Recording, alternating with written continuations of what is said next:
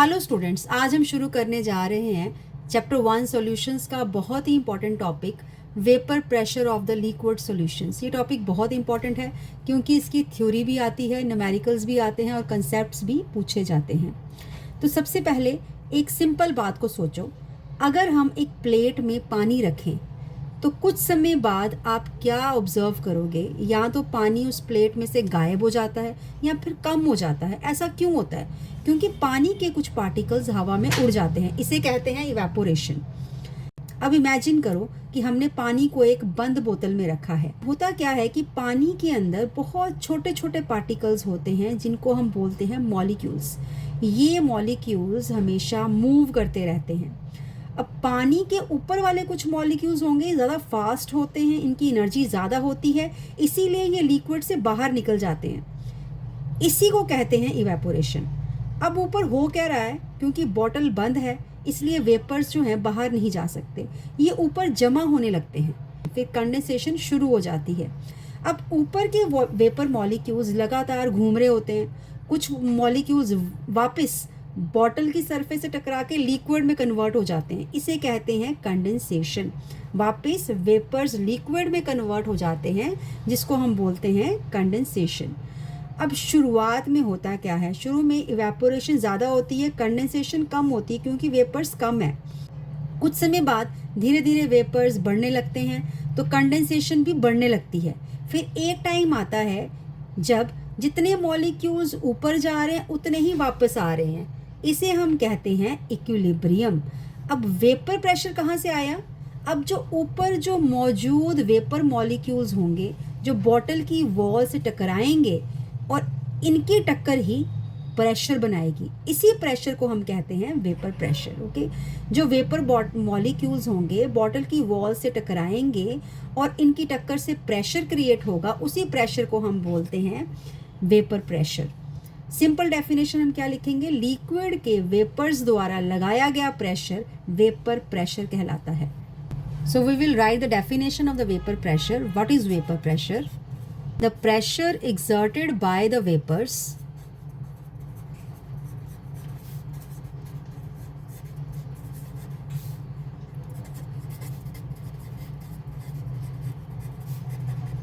vapors in equilibrium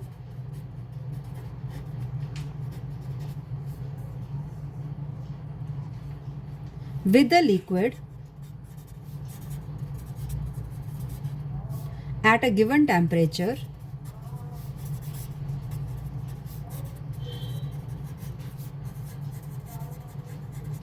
is called vapor pressure.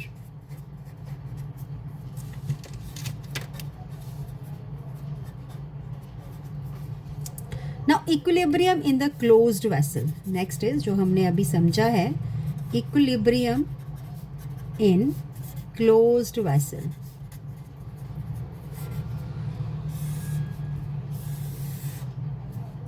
Liquid molecules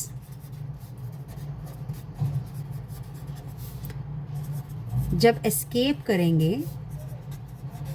that is called as evaporation, और जब vapour molecules return it is called condensation.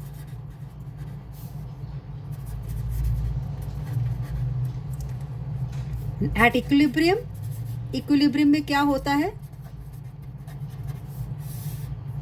Rate of evaporation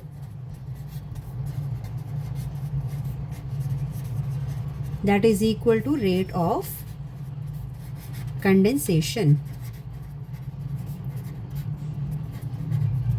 So the vapor pressure becomes, at that point vapor pressure becomes constant. अब हम थोड़ी real life example समझते हैं। अब जैसे perfume की स्मेल जल्दी क्यों फैल जाती है? क्योंकि परफ्यूम जल्दी इवेपोरेट हो जाता है, यानी कि इसका वेपर प्रेशर ज़्यादा है।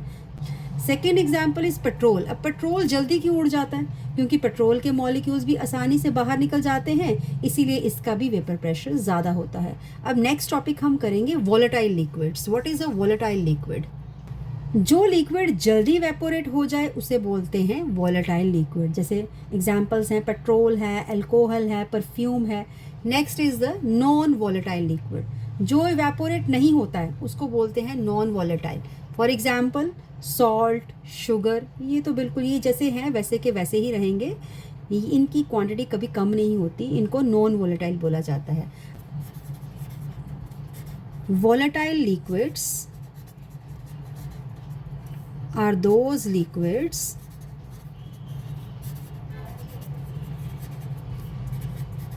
which evaporate easily. So next is non-volatile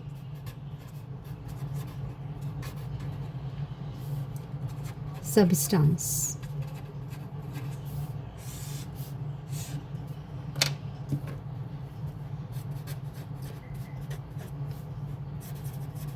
Non-volatile solutes are those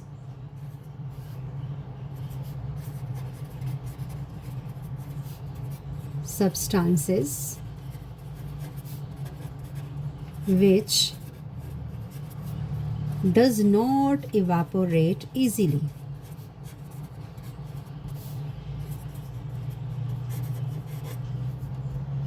Next topic is vapor pressure of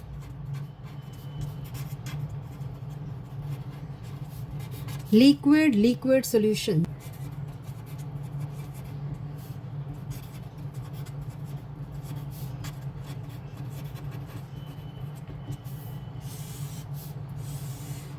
सो अभी हमने समझा कि वोलेटाइल लिक्विड क्या होता है और नॉन वोलेटाइल लिक्विड क्या होता है। अब मान लेते हैं कि हमारे पास दो लिक्विड्स हैं, अल्कोहल और वाटर। दोनों उड़ सकते हैं, दोनों वेपोरेट हो सकते हैं। सो दोनों वेपोरेशन कर सकते हैं। तो अल्कोहल अपना वेपर प्रेशर बनाएगा, वाटर अपना प्रेशर बनाएगा। अब नेक्स्ट टॉपिक आता है पार्शियल वेपर प्रेशर। अब हर लिक्विड जो अपना अपना प्रेशर बनाएगा, फॉर एग्जाम्पल अल्कोहल का अपना प्रेशर है, वाटर का अपना प्रेशर होता है। अब नेक्स्ट आता है इसके बाद रॉल्ट्स लॉ। ये सबसे इंपॉर्टेंट लॉ है। So consider two volatile liquids,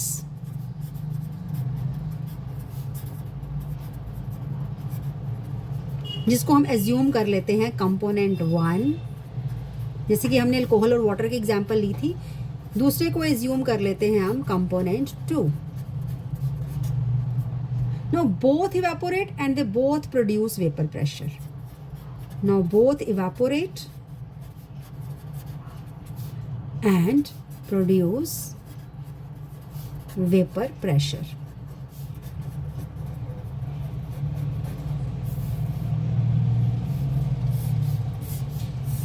अब पार्शियल वेपर प्रेशर क्या होता है? यहां से आता है partial vapour pressure.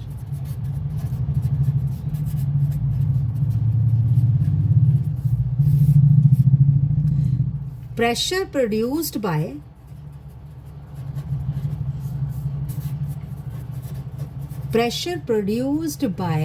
each component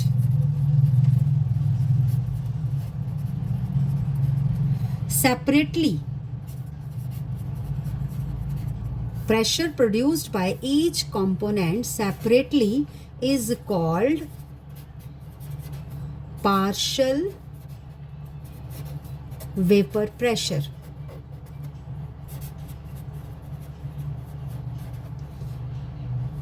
जैसे कि हमारे पास दो कंपोनेंट थे, कंपोनेंट 1 इसका पार्शियल प्रेशर होगा P1, कंपोनेंट 2 इसका पार्शियल प्रेशर होगा P2। अब यहां से इसके बाद हम स्टार्ट करेंगे very important law which is called as Raoult's law. It states that for a solution of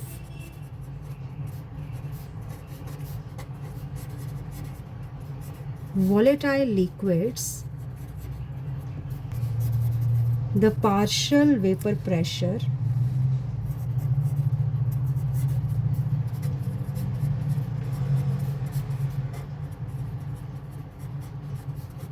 of each component is directly proportional to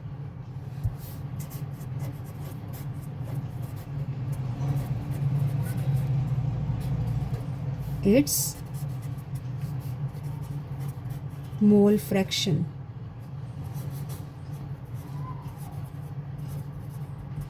Present in the solution.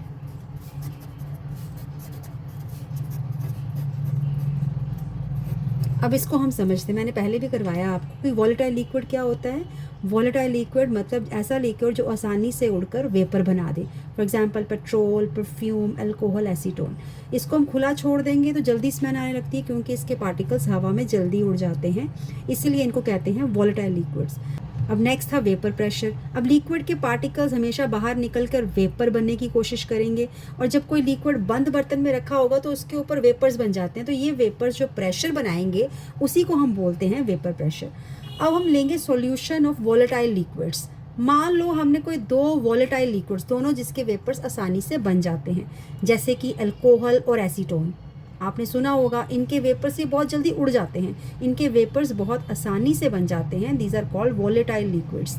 अब दोनों के पार्टिकल्स उड़ेंगे तो सॉल्यूशन के ऊपर बनने वाले जो वेपर में कुछ अल्कोहल के पार्टिकल्स होंगे और कुछ एसीटोन्स के पार्टिकल्स होंगे, क्योंकि हमने अल्कोहल और एसीटोन लिक्विड का मिक्सचर लिया है। अब हर कंपोनेंट अपना अलग अलग प्रेशर डालेगा जिसको हम बोलेंगे partial vapour pressure.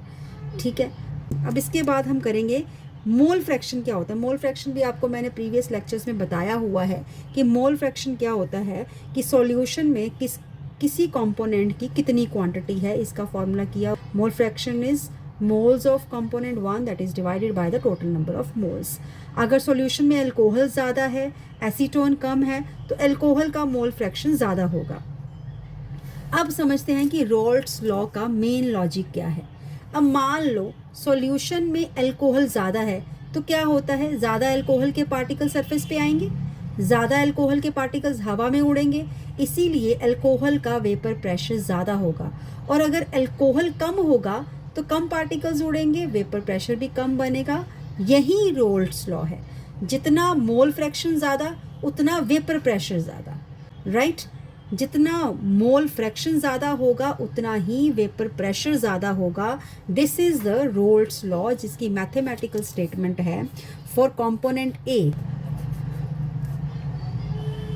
partial pressure of component A is directly proportional to mole fraction of A. Now PA is the partial vapor pressure. Partial vapour pressure मतलब सॉल्यूशन में पर्टिकुलर कंपोनेंट ए का अपना vapour pressure, that is known as partial vapour pressure, और X A is the mole fraction.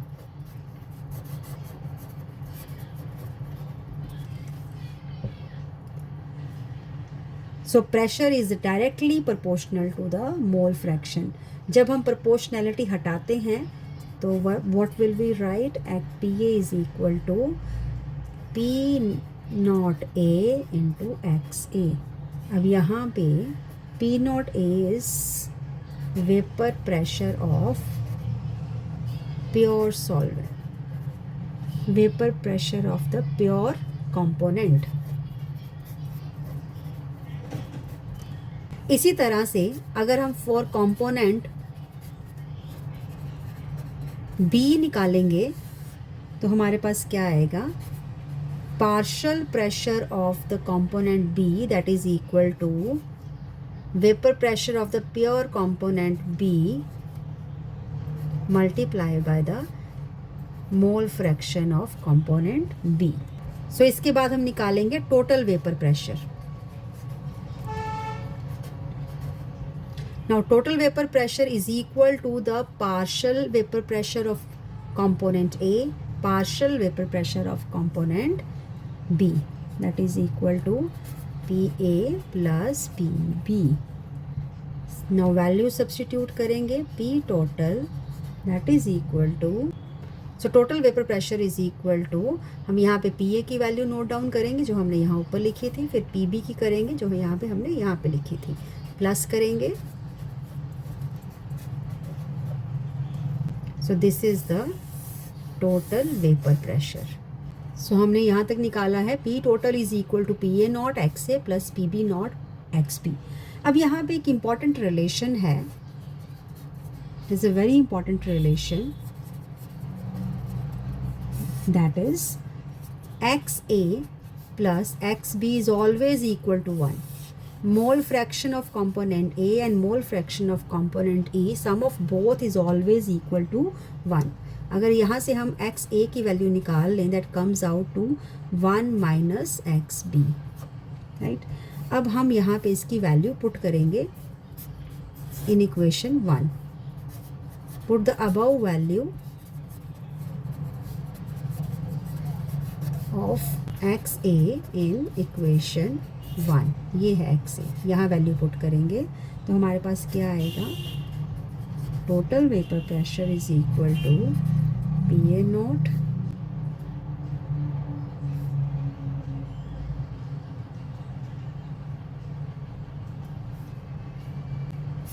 One minus XB plus PB naught into XB।